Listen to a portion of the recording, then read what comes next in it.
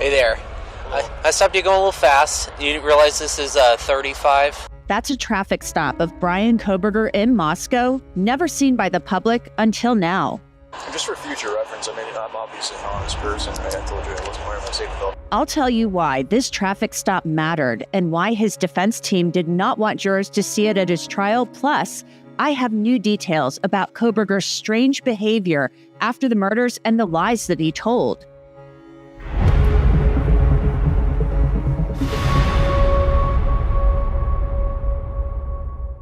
Welcome to Crime Fix. I'm Angenette Levy.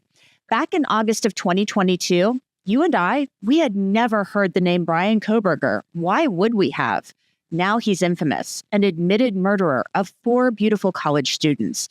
In late June of 2022, Kohberger had moved from Pennsylvania to Washington State to start his PhD studies in criminology and criminal justice at Washington State University.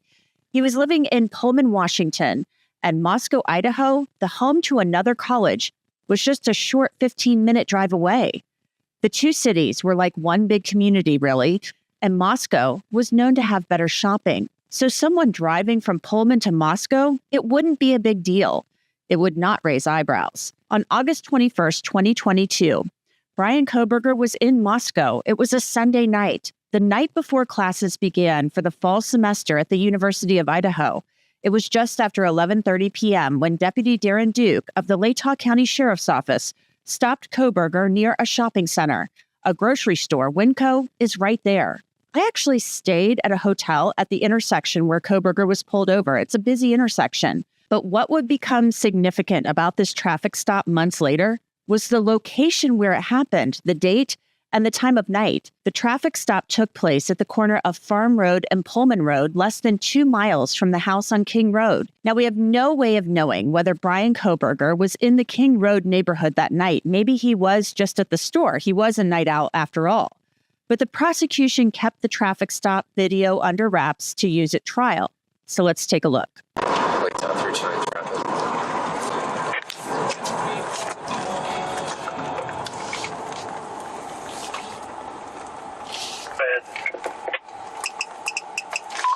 Pullman at Farm with Pennsylvania. Lincoln Frank Zebra 8649.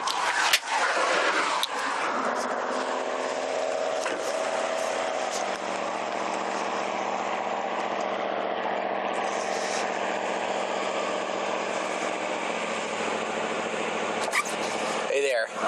I stopped you going a little fast. You didn't realize this is 35? Oh, it's 35? It is, yeah. So you're going 41? Yeah, 43 is what the radar said. Sure. Oh, yeah. Do you have your license, the registration, insurance? Yes.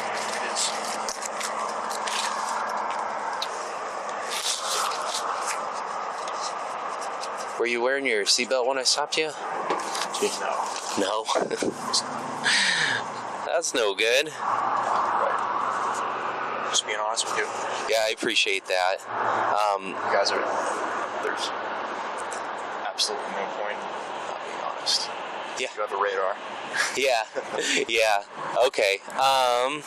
Do you have a vehicle registration slip or something like that? Okay. Would I give you my insurance? Yeah, this is your insurance. That's good. So this traffic stop is pretty routine. You can see Deputy Duke approach the vehicle, and you get a decent view of the white Elantra from the body-worn camera. Duke asks for Kohberger's license, pretty standard stuff. The thing is, I'm on a overtime shift right now. One of the conditions is we have to enforce seatbelt laws, and so to write you a citation for that, it's $10 in Idaho. Not a huge deal, but yeah. Be right back.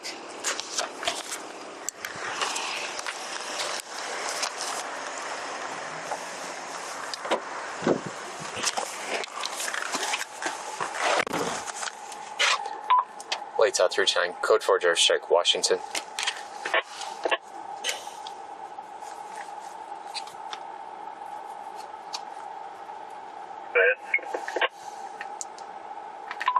Last name Kohberger, King Ocean Henry, Boy Edward Robert, George Edward Robert, first Brian, Boy Robert Young, Adam Nora, middle C.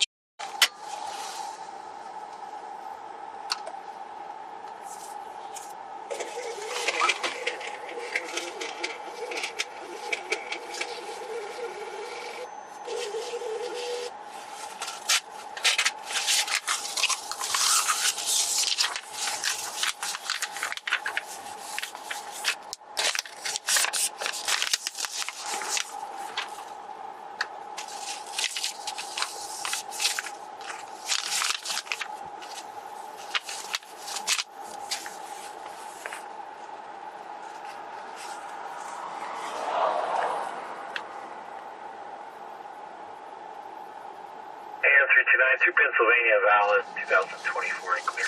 I want to tell you about OneSkin. They are sponsoring today's episode of Crime Fix. Let's be honest, being on camera as much as I am, having the right skincare products matters a lot.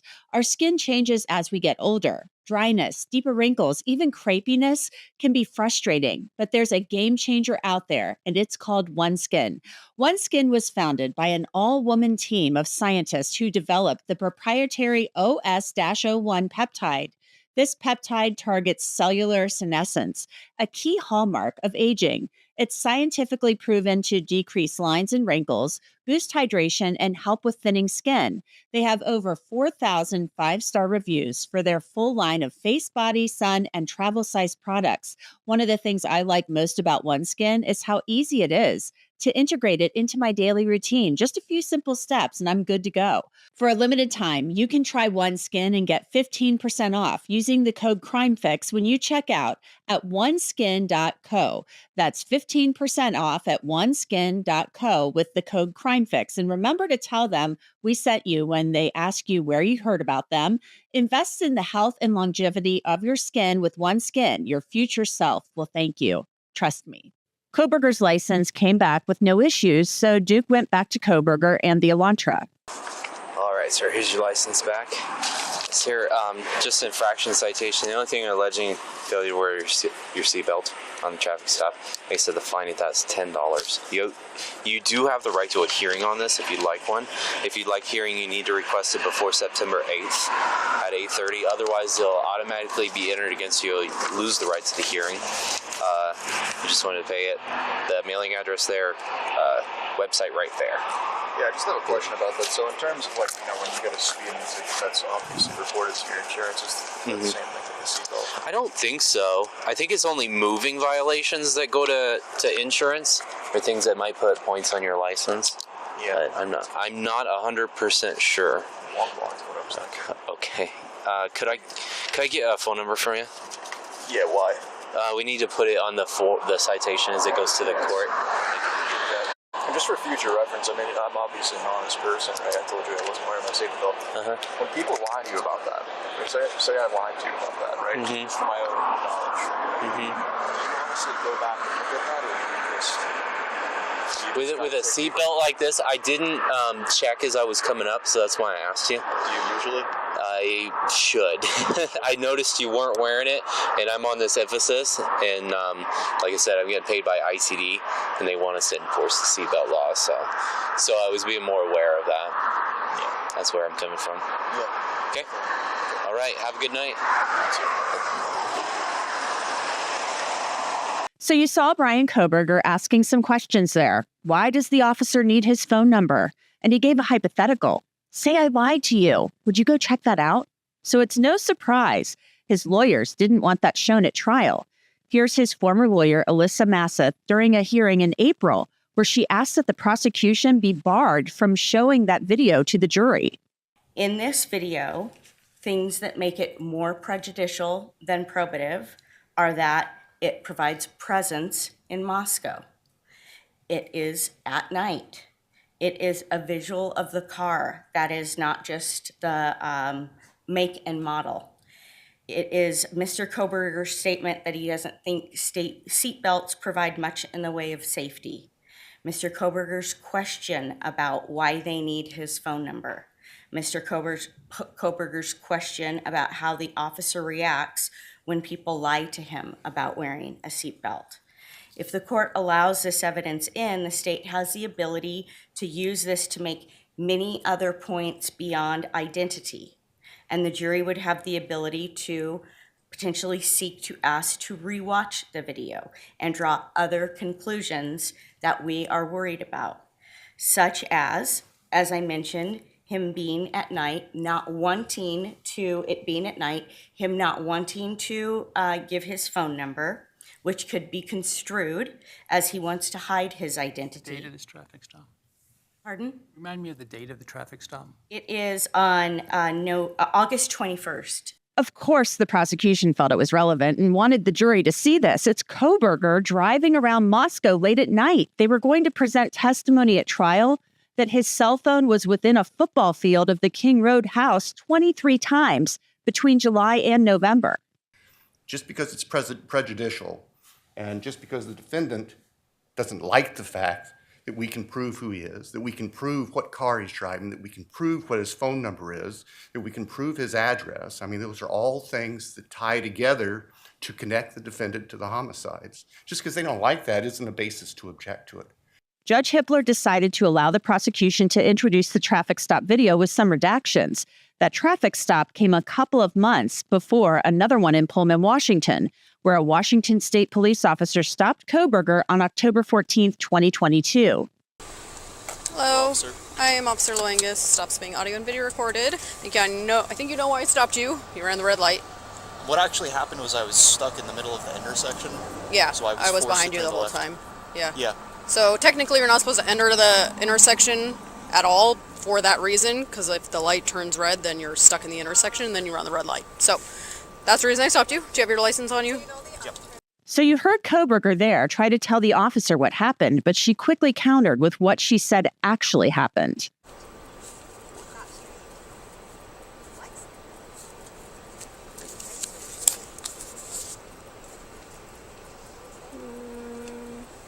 So would you explain that to me a little bit further? So in Pennsylvania, when you're stuck like in their intersection, you have to make the left. So what would the appropriate thing for me to have done been? Just You're not supposed to block an intersection like that in Washington, so just by you blocking the intersection, that's technically a ticketable violation, and then you're running a red light, so it's another ticketable offense. So you're not supposed to proceed into the intersection until you can go, because a lot of people do what you just did, right? Is like you're sitting in the intersection waiting, and then turns, and then you're blocking, so. Yeah, there was a little bit of confusion with speeding because someone had stopped. I wasn't sure what they were doing, and then they put on their light to turn. So I thought that maybe they were letting me go through. Oh. Did you see that? No. Yeah, like right before I made the turn, there was someone who like made a right. And they didn't have their signal on, so I wasn't sure if they were just waiting. Yeah, so I would just advise just don't enter the intersection until you can go, so you don't get stuck. Let's see. But in that situation, the best thing to do then would be back up and not. I don't know if there's a best thing to do in that situation, because you're either going to back up into somebody or you're going to run a red light. So, or you're going to be sitting in an intersection. Yeah. There's not really a great option there. Yeah, I was just slightly into the crosswalk, so where I'm from Pennsylvania, we actually don't have like crosswalks. Oh, so even if you're kind of slightly, there's a little bit more leeway as well. So there, Kohberger said they don't have crosswalks where he is from in Pennsylvania. Whether that's true or not, I don't know. But his conversation later continued with the officer who did not cite him. I'm actually just from a very rural area, so we just don't have crosswalks. Oh. Unless I visit an area where there are crosswalks, and then it's not very frequent. Yeah.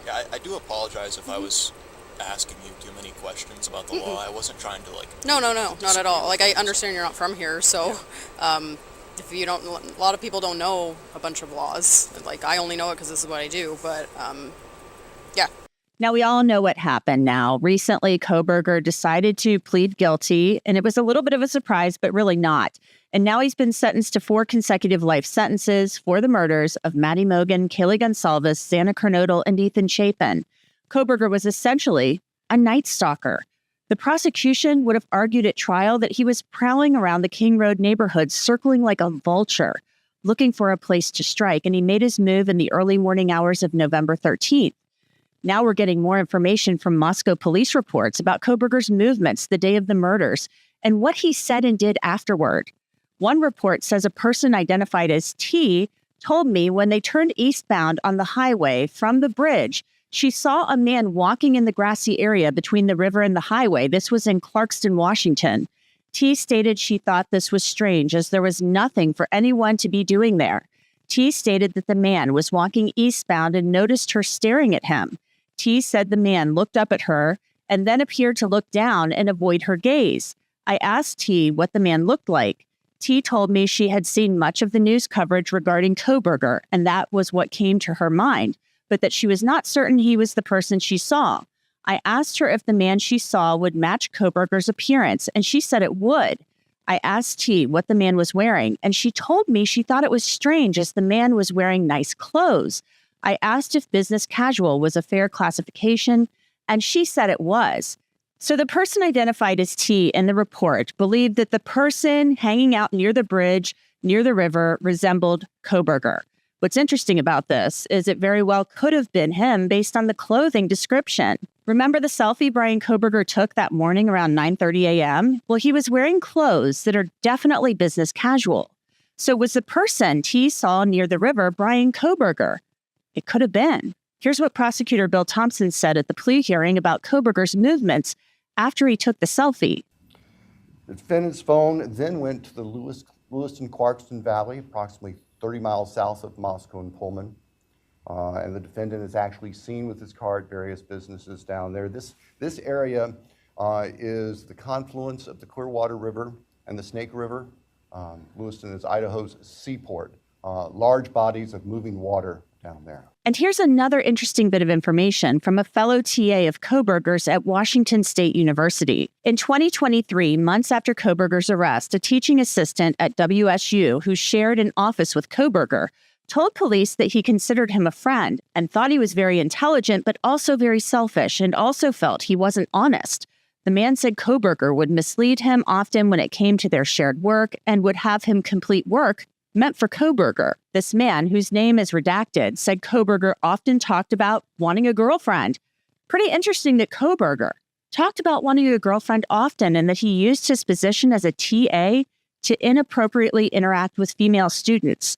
The man said after the murders, Kohberger was more talkative, and there were other things. I'll call the man L. Brett Payne wrote, L then told us about some injuries he witnessed on Kohberger's face and hands.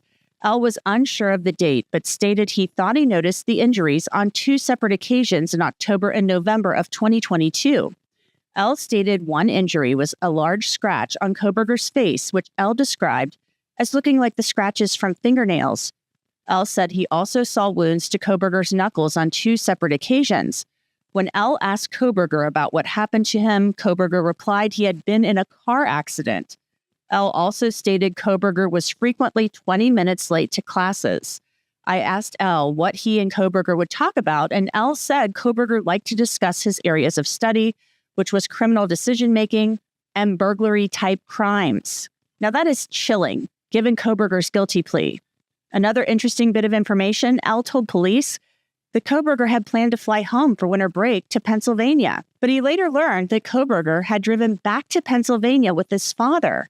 So Kohberger had apparently planned to fly home, but it sounds like that plan changed sometime in December. Here's body-worn camera video from one of 2 traffic stops in Indiana in mid-December. Hello. How you doing? How y'all doing today? Good. Take a look at your driver's license real quick if I could. See, he's right up on that van, man. He was right up on the back end of that van. I pulled you over for tailgating. Is this your car? Okay, cool. Where are you headed? Well, we're coming from WSU, and we're scanning. What's WSU? University, basically.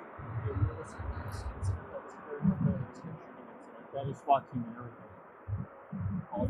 So we're okay. I'm having a hard time hearing you because of the traffic. So you're coming from Washington State University, Yeah. and you're going where? We're going to be going to Pennsylvania. Oh, okay. Yeah. So we're slightly punchy because we're driving for hours. Hours, days. We're driving. Well, almost a day. Okay. And what did you say about some SWAT team thing? Or Yeah, there was a mass shooting and everything.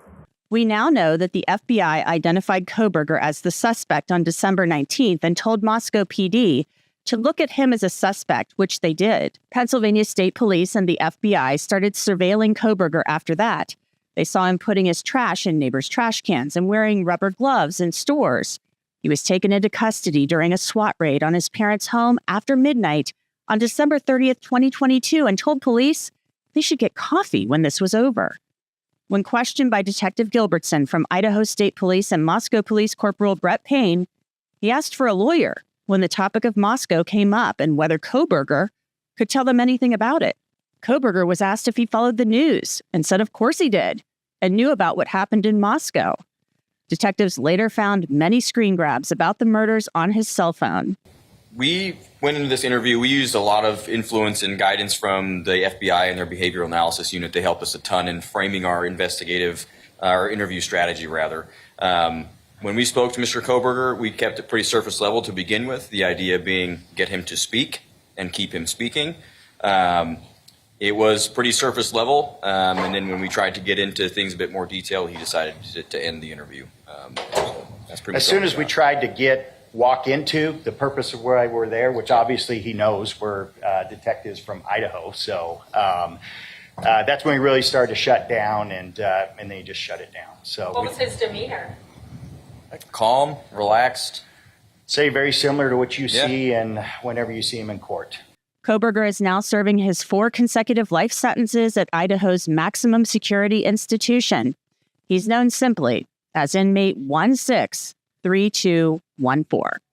And that's it for this episode of Crime Fix. I'm Angenette Levy. Thanks so much for being with me. I'll see you back here next time.